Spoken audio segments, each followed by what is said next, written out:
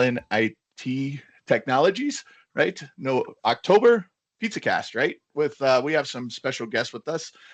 James Wilson is with us, so we're really happy to have him on board and talk about Microsoft Copilot. We'll jump right in here. I just want to let you all know that I am driving this, and I tend to screw up the driving of this at least once during this presentation, so I apologize in advance. A little bit about AIT and who we are before we jump in and get going here with the main man of the hour, James in Copilot with Microsoft.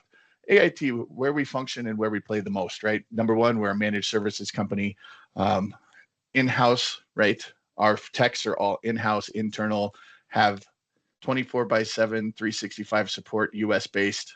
We have 2 NOCs, one in Colorado and one in Wisconsin. Again, all US-based for coverage. So, hopefully, right, for us, we continue down that path. I never want to make a promise that I can't keep. So as of today, we will be all internal to the US. Some of the other places we play, obviously, you can see Microsoft, and we'll jump into that a bit deeper here, obviously, with talks with James. But some of the places in surrounding areas where we have to play a lot to be a good MSP in this point is cybersecurity. Obviously, everything we do has to have some wrapper around security with it, the way things are today in the world, right? Everything, every point, every product has to have some form of security with it. So we do really well in that area. And we also do well in some of the other things, right? Network services, communication services, UC, contact center, right? And last but not least, certainly we have a nice little government practice that we're building out here. So for those of you that do some business with the either state, local, or federal government, we have some really good compliance services that we've been working on over the last 12 months. Tony and team have done a really good job of making sure that we're up to speed on where we need to be on those things. Right. We have now taken our managed services to a new level, right? We have three options, right? An AIT Advantage, which is fully managed.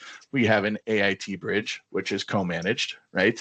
And we have an AIT Base, where we will provide you the tools that we're using behind the scenes for you to use in your environment, right? Obviously, there's different levels of support that go along with those.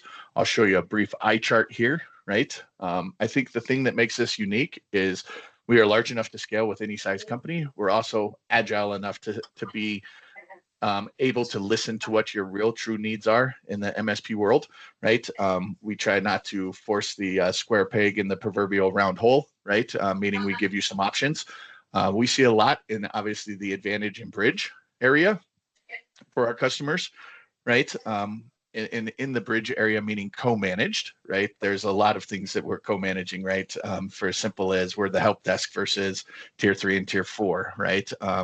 We are tier 3 and tier 4, where the customer takes tier 1 and tier 2 internally, right? We have access to our PSA for our customers to see where they can put in tickets, right? All of those sort of things. So if you kind of imagine the co-managed availability and what you'd like to see out of that, we have done it or are doing it currently with other customers. One of the things that we really like to highlight, right, is security inside our MSP, right? Where we are, Tony's on the cutting edge, who's our CEO, of making sure that we are latest and greatest with all of the protections, right? All of the user servers, so on and so forth, right? And making sure that we are first and foremost secure when we're taking care of everybody's environment, right? Passwords, all of those simple things that you think about until it's too late, right? We want to make sure that we're doing on a regular basis here. Right, a little bit about us before we turn this over to James, right? In our Microsoft practice, right? Certainly we are a modern work, right? Which is the UC side of a lot of things. James is going to show some awesome Copilot stuff and demos and some use cases. Right, but just know, right, behind the scenes, we have a plethora of engineering staff, right, that works in the licensing, the deployment, and the support from most of the one thing we don't do internally is SharePoint support. So Lance, I apologize if that thing blows up on you. We can help for a little bit, but we aren't going to be the experts there. Outside of that, with inside Microsoft, right, we have experts in all the other portions and pieces, the UC, the cloud management, the data center, right? Licensing, all of those sort of things. So without further ado here, I'm going to turn this thing over to the man of the hour, James. Thank you very much.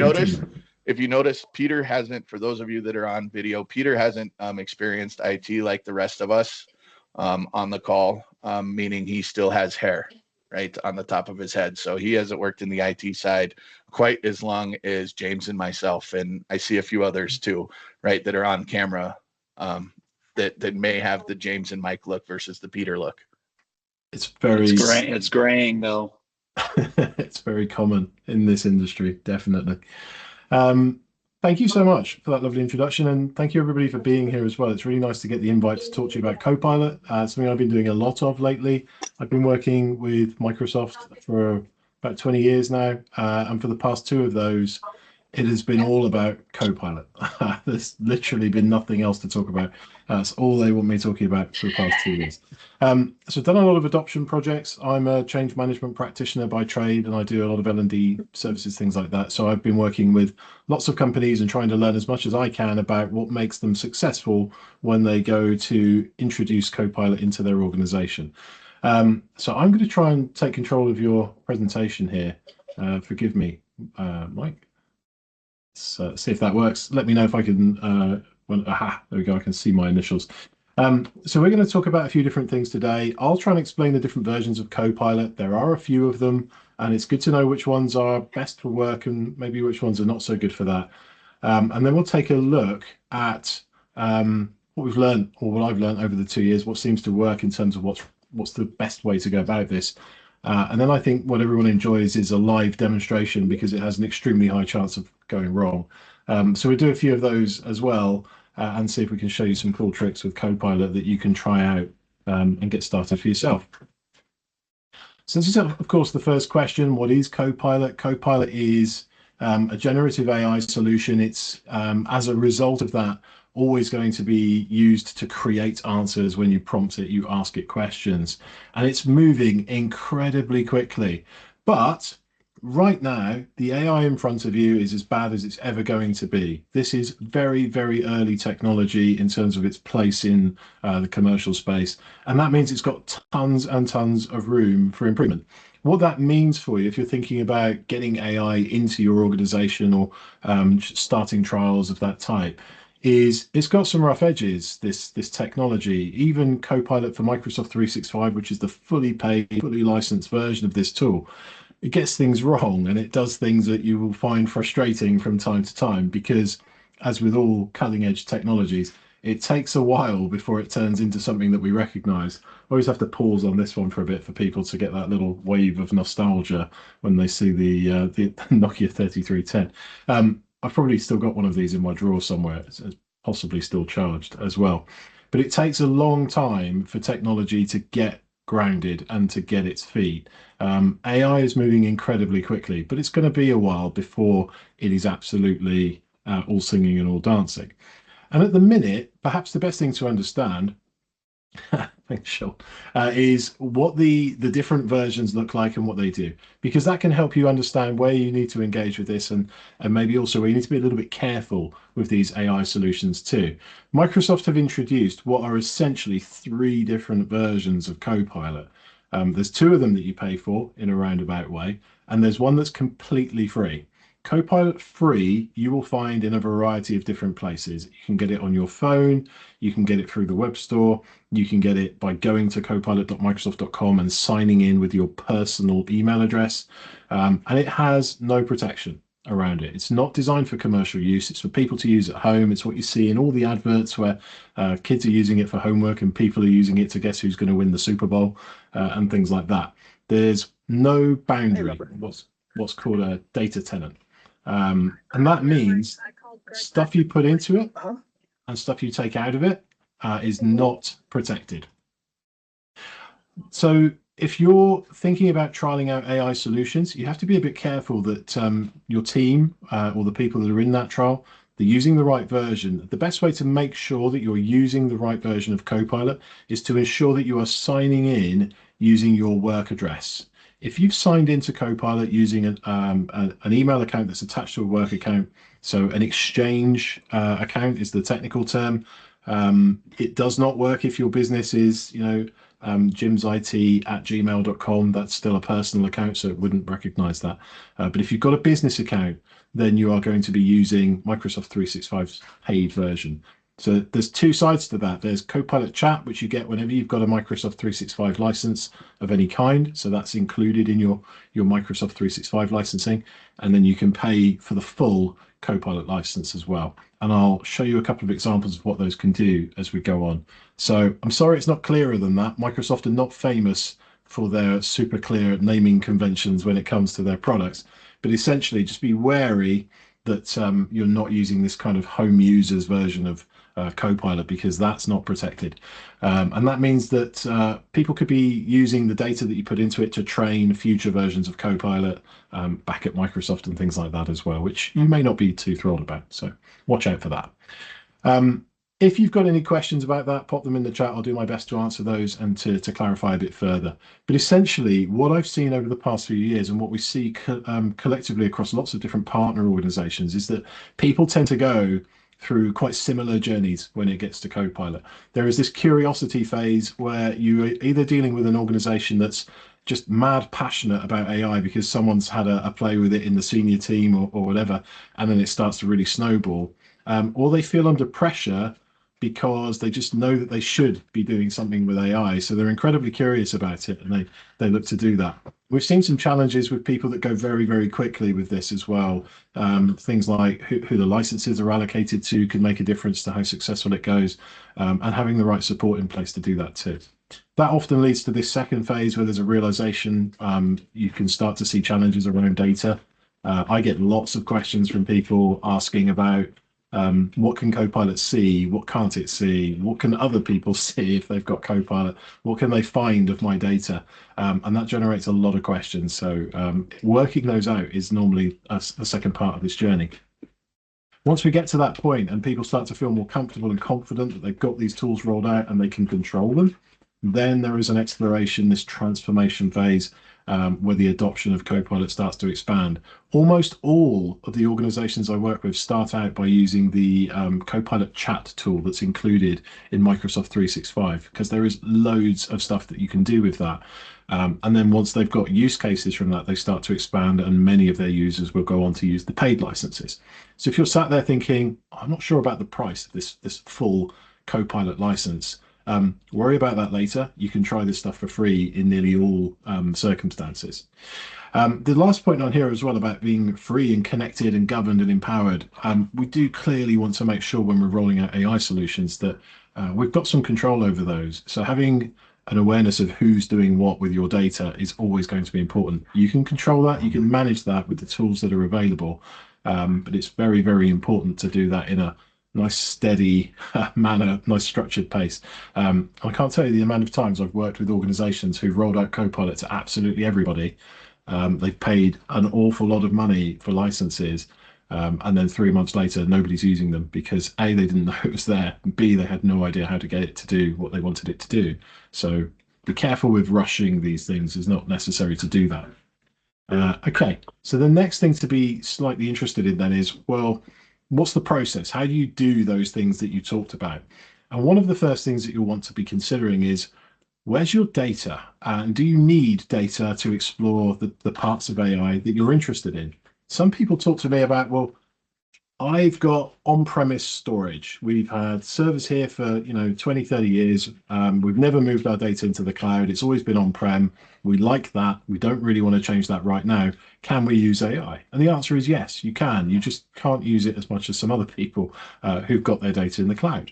So there are things that you can do, even if you haven't got all your ducks in a row when it comes to having all of your data in the cloud. But it is important to understand where you are today, what sort of AI tools people are using in your organization as well. That's very important to understand, because you're going to have people that are passionate about this, that are excited about it, and they could be using tools that aren't safe. So a good degree of education there is quite important.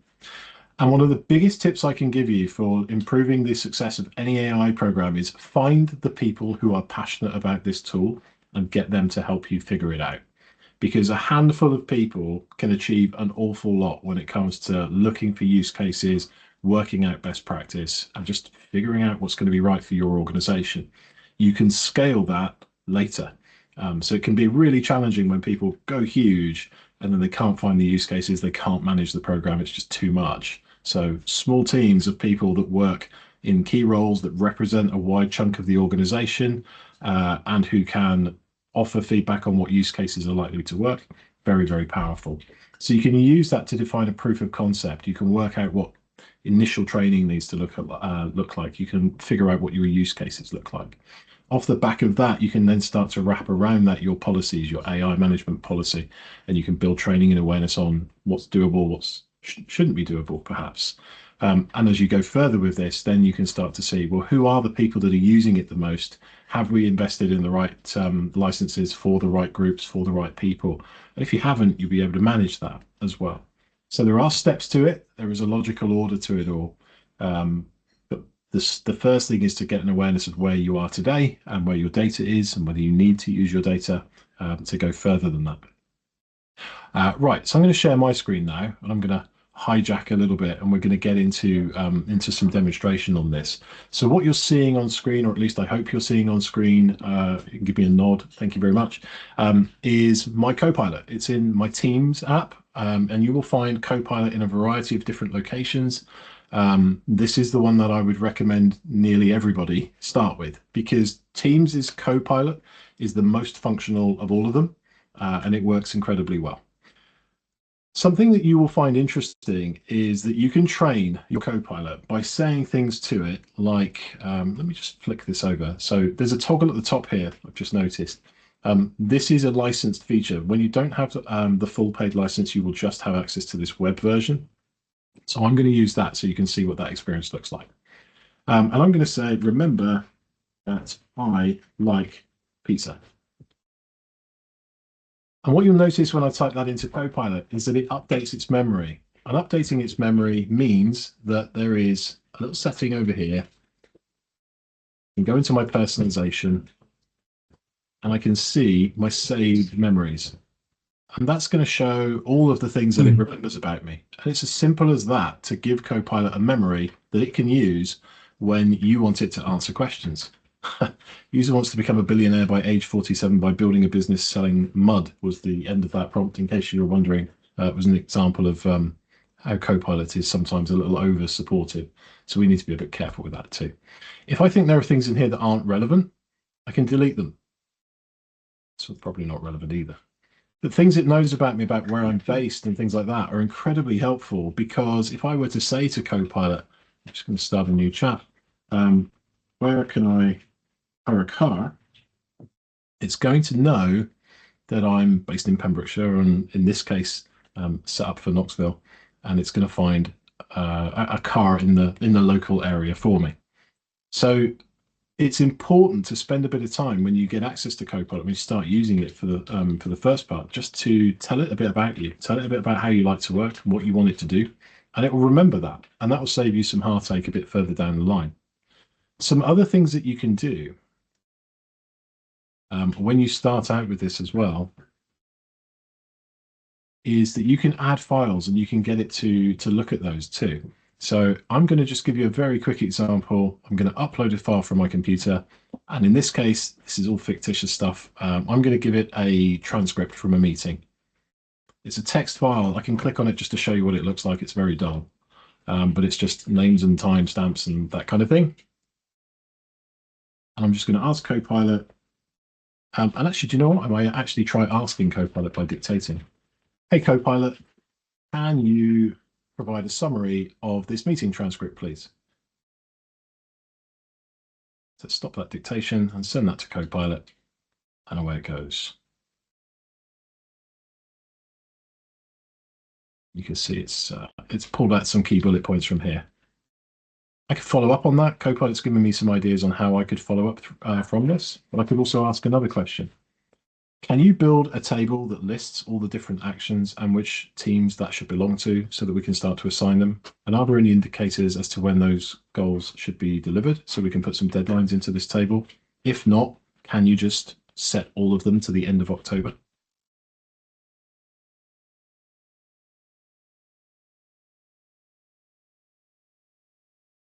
So you can use Copilot to quite quickly build on stuff that you already have. So in this case, I'm building out a set of actions that I can distribute to my team based on the content of a meeting.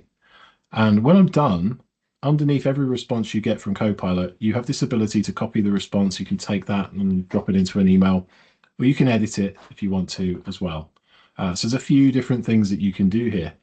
Copilot doesn't just stop there. It can do all kinds of different things as well. So even on a free license, we could ask this to build an image for us or build a graphic. So if I were to start a new conversation, I can say to Copilot, hey, Copilot, can you do some analysis on who is most likely to win next year's Super Bowl? And can you provide a chart that shows the top 5 contenders? And can you give me an analysis as to how you've come to that? Why do you think which team is going to do well? And you'll notice that the question I asked isn't perfect English. It's not perfect grammar. It kind of didn't make sense, some of it, and all this kind of stuff. But it will go and it will do its thing. Apologies if this offends anybody. It'll give implied win probabilities and all this kind of stuff. Now, it's worth saying that Copilot's accuracy is not always 100%. It can do something called hallucinating, which means it just gets stuff wrong from time to time. And I could ask it a question like pick a random number and all this sort of stuff. And it's not always going to be random either, because it's trained to do certain things a certain way. So don't read too much into this. I wouldn't start a career as a professional gambler using AI. I think that would be a very bad idea, for example. So depending on what you're doing, you might find that getting graphics and things like that can be quite useful though. And you can then check the sources. Every time you get a response from Copilot, you're going to get the information as to where it got that stuff from, so that you can go and check it to make sure it's accurate if you'd like to. What separates really successful groups using AI right now is that they have the expertise to know when it's not right. So if you've got that expertise, leverage that, use it as much as you can, because a lot of people out there who are kind of trusting AI to help them do things that they can't do themselves. And AI doesn't always get it right. So you have to be a little bit careful of that. I've got one more. I don't know how much time have I got, Michael. I've got one more thing I want to show you, if that's okay. I've got time. Yeah, plenty of time. Good, am I? Okay, cool. So let's reload this and find the correct thing. Ooh, one moment. So this is an example of the integration that you can see within Copilot when it's actually attached to your license, when you've got it plugged into your data. So I mentioned earlier that there were these different versions of Copilot. There's the completely free version that we're not talking about today. Then there's this Copilot chat version, which is just based on accessing the web and answering questions. That is very, very helpful for all the things I've just shown you. It's really good for just answering questions that you might have, helping you find things, helping you research. But then you've got this paid version of Copilot as well. And I just want to show you a couple of features from there so you can see what the difference is. In this example, I'm going to join a different Teams meeting. This is simulated, so it's not going to interfere with our meeting at all. And I'm late for it. So I'm going to click on this link to get in there as fast as I can, and I'm going to join that meeting. Because I was late, Copilot's popping up to say, do you want to see what you've missed? So I can open Copilot,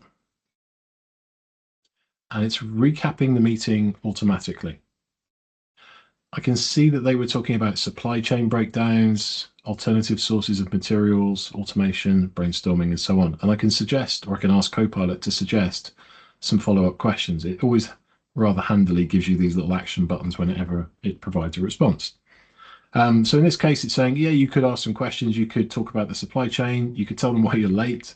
You could ask if anyone wants to know about that. So Copilot can be used to interact with when you're in a meeting. Now, interestingly, you can only use it in a meeting that you have organized. So you cannot use Copilot in somebody else's meeting. So if anyone's testing that right now, you're probably going to find it doesn't work. So it works for you. It works with members of your organization. Where it gets really interesting is when I leave this meeting, because I can go to the historic chat record for that meeting, which looks like this. And at the top here, I have the recap capability. When I go into that, I could watch the recording again. I could see what was going on. But an AI-generated summary of that meeting is now available. And I could copy that out, drop it in an email if I want to. I can see who was mentioned specifically in the logs, and I can see the full transcript for that meeting. Some of you be thinking, yeah, this isn't super new. I've seen this kind of stuff before. But at this point, I can add Copilot for this conversation if I want to. And I can do a couple of cool things here. One, I can see what went on in this meeting. I can ask what decisions were made. And I'll get that response. Copilot will check through the transcript and it will see what people said. I can list out all of the action items and the owners for those. And Copilot will review the transcript and provide that information for me. And what's very, very cool about this feature is I don't even need to have gone to the meeting for that to be possible. There is a feature if you are a user of the new Outlook tool, which looks like this. Let's open our meeting as an example. It's all changed recently, so apologies if yours looks slightly different. But when you accept the meeting, you get these options. And some of those you'll recognize. But this one here, follow, is the new one. And when you select follow, you're telling Copilot, I can't make that meeting, but I do want to follow it. Can you let the organizer know that I would like the meeting recorded? And if the organizer starts up that meeting, they'll get a message pops up on the screen that says, James can't make it. He's asked to follow the meeting. Can you start a recording? And provided he's happy to do that, and we're in the same organization, I will get access to that recap, to that meeting. So I can quite literally go to a meeting myself, but I can send Copilot to a different meeting if it clashes, or I can just send Copilot to the meeting if I don't want to go to it. So there might be meetings that you enjoy attending, obviously, but now you have the ability to send Copilot. That feature is quite experimental at the moment, so it's limited to meetings inside your own organization. But before too long, you'll be able to send Copilot all the time to meetings that you can't make in person or that you can't make at the time. So some very, very cool functionality there. Needless to say, there's lots of other things I can do as well. And I'll show you two more that I get asked about probably the most. And if anyone's got anything they want to see, let me know. So one other tool that's available that's very, very useful is what's called an agent. And Copilot has this little button up the top here where I can access agents. Some of these can be built freely. You can make your own Q&A bot, for example. I very often show people how to build HR bots where they take the company handbook, they load it in, and the agent answers questions about the company handbook. But I could use some of these built agents that Microsoft provide as well.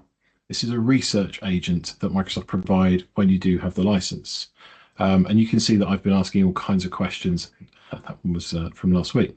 So I'm going to ask some questions about the law here. And you can see, I hope, when this fires up, let me just open a different one. That one's, I think, not complete. When you ask a question of the researcher, so I've got this elaborate prompt here, and it says, thanks for that. I'll do the research. Can I ask you a couple of questions? Here they are. And then I give those answers. The researcher is designed to go deep. So you might have seen examples where Copilot or any other AI provides a response and it's quite light. In this case, it goes deep and it does a lot of things. These are all the things it did essentially when it was researching this topic for me. And you can see it's dozens and dozens of actions that Copilot carries out. At the bottom here is the report that I got back. It's got graphics, it's got details, it's got links to where it got this information from. And it's really quite impressive how much it's been able to gather. So it's a much deeper response that's come from Copilot as a result of that. Now, anytime I do anything in Copilot, whether I've got a license or not, I get the answer and I have the ability to take that, hit this pages button and take what I got and put it into a notepad to the side. When I've done that, I can edit it. And once I'm done editing it, I can chuck it out to something else like Word. So if I want to take my research, throw it into Word, I can do that. I've already done that for this particular piece. So I'll show you one last thing. Over in PowerPoint, again, I've got integration with Copilot. And I want to build a presentation based on some of my research. To reference anything in Copilot, you use a /, or you can just hit the reference key over here. Now, I know that this was about the Housing Act, but let's see if we can find anything along that line. So I start typing house and I find the UK 2025 housing updates that I was looking for. So I want to build a presentation about that, but I don't want to build a basic presentation. I want to use our company template to do that. So I'm going to go in here, select my organization, and I can find from our organizational asset library, our PowerPoint template. So I'll select that. I could add a few more details here to give Copilot more information to go on. And if I've been good at prompting, I probably should. But for the sake of time, I'm going to ask it to start building that presentation now. This takes a few seconds. Copilot will put that together for me. And you can see these are sections and these are the slides that it's planning to put together. I can add a section if I want, add a topic about, I don't know, an agenda. Terrible English, but it will know what I mean. And if it's got an instruction like that, then it will do it. Now, this agenda might need to go before, so I can drag and I can reorder the topics that I've got in the presentation. I can add more if I want to. And you can see I've got about 40 slides that I can do before it starts to hit its cap. If there's a section that I don't need, I can delete that. And when I'm happy that I have everything, I can generate that presentation. Copilot will look at the data that I gave it in the document, that research piece that was in depth. It will look at the branding template that it's got to make sure it looks and feels correct. It will tie all of those things together and it will build those slides. When it builds the slides, it will organize them into sections. It will select appropriate imagery for them, and it will populate the notes at the bottom of each slide with something I can talk about as well. This is one of the more powerful functions of Copilot when it's embedded into an application. So it's a good example of that integration. That didn't take very long. And I can double click on one of these slides and I can go and have a look, read the notes. I could still use the design tool to change how this appears. If I prefer, this format, for example, I can do that. As I go through, you'll see that it's built my agenda. It's using the right kind of layouts. It's done a reasonably good job of picking slide layouts that make sense and adding images that make sense. It keeps the slides light. It doesn't put too much on them. Nobody wants to be bored to tears by PowerPoint presentation. So it does a good job of that too. So it follows these kind of best practices. And then when depth is required, it pulls that in from the file that I gave it, and it uses that to put more depth into the notes. So I get better quality slides. The goal with this isn't to create a fully finished presentation. It's never been the goal with Copilot to give you 100% of the thing that you asked for. It's only ever been the goal to get you started, to give you that really good skeleton, that really good framework that then you can go and build on. But you can see with tools like this and this particular feature just how far it's getting now towards a finished article, that you actually don't need to put as much work in to get this all the way to the finish line. I think that's a really good thing to remember when you start your journey with AI. These tools are imperfect. They're capable of doing some really amazing things, but they start the journey so that you can finish it. They will never have that kind of finesse that you have to get something to the finish line, but they can do a brilliant job of getting you started. Okay. Mike, how are we for time? Do you guys want to switch over to your piece now? Do you want to do questions, or would you like to see more stuff? What's your thinking? We'll take a minute, pause, see what anybody in the chat want to see, anything specific that he may want to be able, that James may be able to show, maybe not. Anybody has anything, put it in the chat.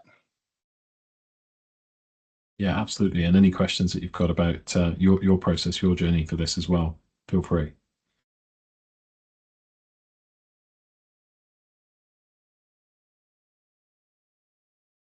I've seen that from other AI meetings. They don't want us to use it against them in Copilot, James. That's what it becomes, right? Nobody wants to give us any data. Yeah, well, it could be. Your data's precious now. Be careful. Yeah. Certainly.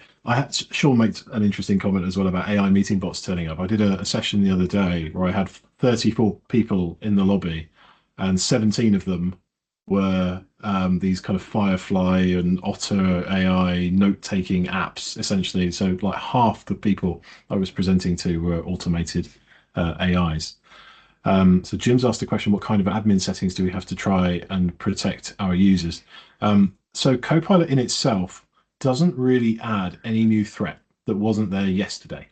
The misconception with Copilot, I suppose, is that it's going to breach permissions management and things like that. So it depends on which angle you're looking at this from. But the commonly agreed best practice is that the permissions that you want to set up should be there first, and then the AI solution should be turned on. Because Copilot can access your email, it can access your OneDrive, it can access your SharePoint, it can access the things that you have access to, but it respects your permission structure. So I can't see things that I'm not allowed to see without Copilot. Copilot doesn't create any new ability to do that. So as long as you've done that audit of where is my data, where does it live, what is it that I want to do, you can start then working towards the protections that you need to put in place. If you want to do some big program where you're going to give it lots and lots of access, then you will want to set up boundaries around those folders, make sure the right groups have got access to them, and then Copilot will naturally inherit those permissions and things like that as well. But it's a big topic, Jim, so that there's quite a few useful resources, and obviously the team can talk about some of that as well, what they can do to support. But yeah, big topic. Service area, trips or service meaning pop-ups. We don't see a web or work option in our Copilot on Teams. Elizabeth, if you've got that toggle missing, it just means that you're using the Copilot chat tool, which is the non-paid version of the business license. So it's safe to use that. One thing I didn't mention that I will just quickly show you is when you're using these tools, you have a visual indicator that you've got safety as well, which is a green shield. Can you see that in the upper right corner? It says enterprise data protection applies to this chat. As long as you can see that green shield, it means that nothing you're doing in here is being captured or mismanaged. And you can click on that link if you want to go and learn more about how Microsoft protects your data as well. So that may answer some of those questions. But if you don't see the toggle, it's an indicator that you are just using Copilot chat. You're not using the paid Copilot license, basically. When you get that, it opens up the toggle. I'll cut that. Next question. I'm hearing the term agentic in regards to Copilot. Can you touch on that? Yeah, agentic AI is this this idea that essentially you can build a custom AI to do something for you.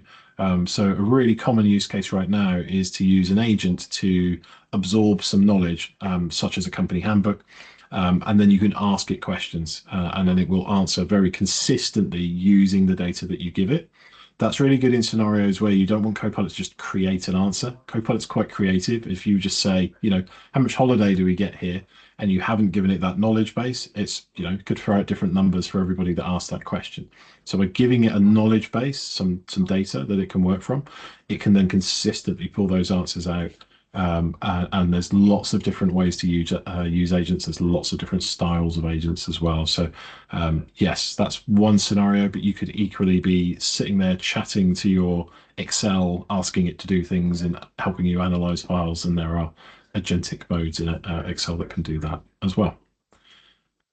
Retention rules for the meeting, minutes, video, etc. Is there one place to manage the retention rules for that? There's nothing new for Copilot. That is a feature that was sort of set up when Teams started introducing this ability to record meetings. So if you've got retention policies in place today, Copilot will respect those. It doesn't add anything on top of that you already had, essentially. So if you're curious to learn more about that, or you want to know more about that, there's detail on MS Learn for retention policies and how you can set those up. And you can set retention that goes anything from a day right up to, I think it's 99 years or something crazy. So you can fully set that up as you would like. Indeed. I can see Lee's got his hand up as well. Lee, do you have a question? Oh, is that your question? Sorry. That was just, I hadn't realized I'd hit it. My bad. No, that's cool. And there's a question now that's come up, which is, do you have any good examples of AI hallucinating? Yeah, loads. So I'll see if I can force a hallucination for you, because AI is, as I say, it's imperfect. So if I say, for example, how many words are in your response to this question? This is what's known as an AI rubric question. It's one of a handful of questions that AI researchers use to test AI capability. Can you see here? 1, 2, 3, 4, 5, 6, 7, 8, 9, 10, 11, 12, 13, 14, 15, 16, 17, 18, 19, 20, 21, 22. Yeah, way more than 17. So AIs don't do well with this kind of question because they answer by putting one word in front of the next. They don't really know when they're done until they feel like they've got kind of a good answer. So if you ask them to answer a question like that, they don't really do it. But to give you a more practical example, I asked AI in the early days, this was ChatGPT. I asked it to help me find a place where I could get smash burgers and take my wife out for dinner. And it gave me a made up restaurant in a town. And we literally drove to this town to find this burger bar. And it didn't exist, it wasn't real. And what it had done is it had taken the name of a bar and a postcode from another place, kind of mashed them together and given me a completely fictitious location. We were going out that way anyway, I'm happy to say. But yeah, I was unhappy that I couldn't get my smash burger, I have to say. So there are examples like that.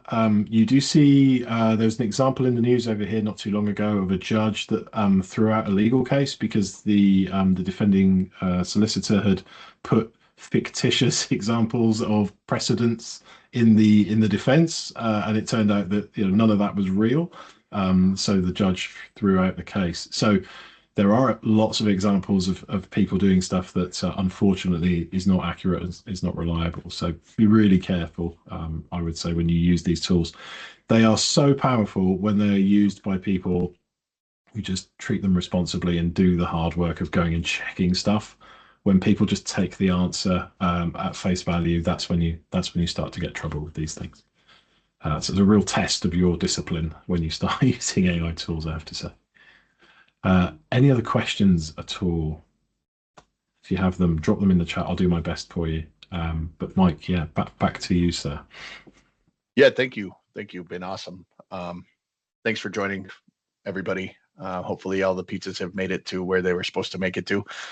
Seen a few that made it to maybe a warehouse versus the actual business office, which we apologize for.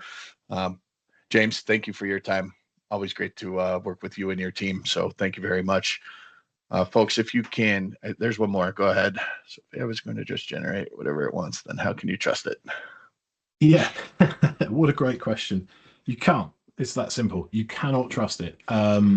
So there is just this current window that we're in right now where AI tools are good enough to appear incredibly credible, but they are not good enough to get it right 100% of the time. And that creates a really interesting puzzle for us. And what I see when I look at what that's doing to workforces is it's creating sort of 4 categories of people who are in this kind of employment world now. You have people that have no interest in AI, they've got no skills in AI, and perhaps they're quite low skilled in their role as well. And they're really struggling because entry-level jobs are starting to vanish with the introduction of AI.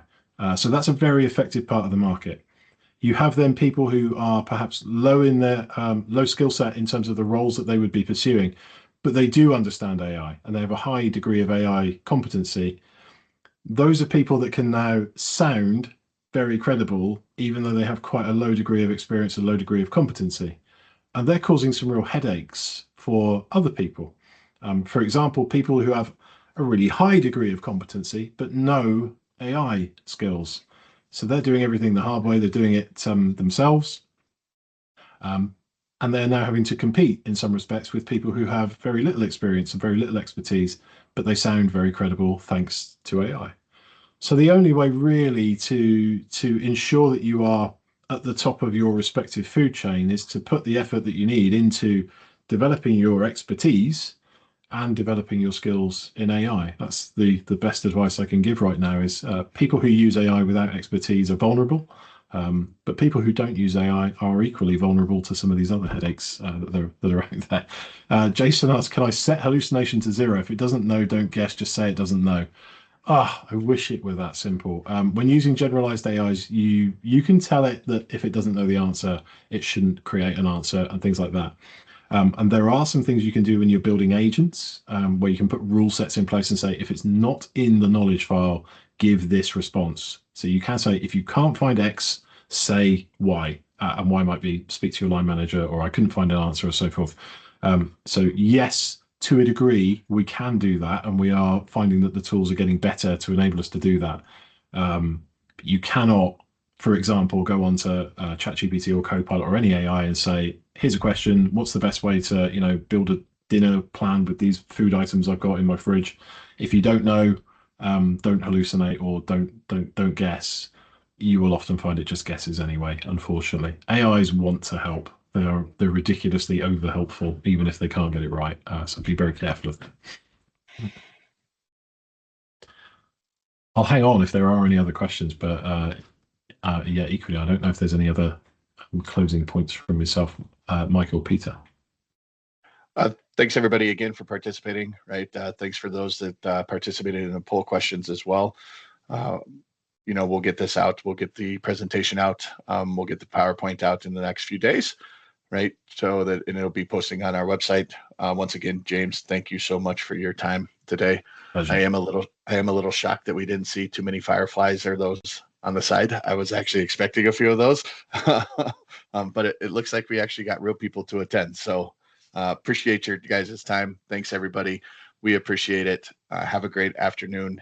We'll see you next month for our latest PizzaCast. Thanks everyone. Thanks, Thank you for Mike. having me. Thank you for this. Thank you.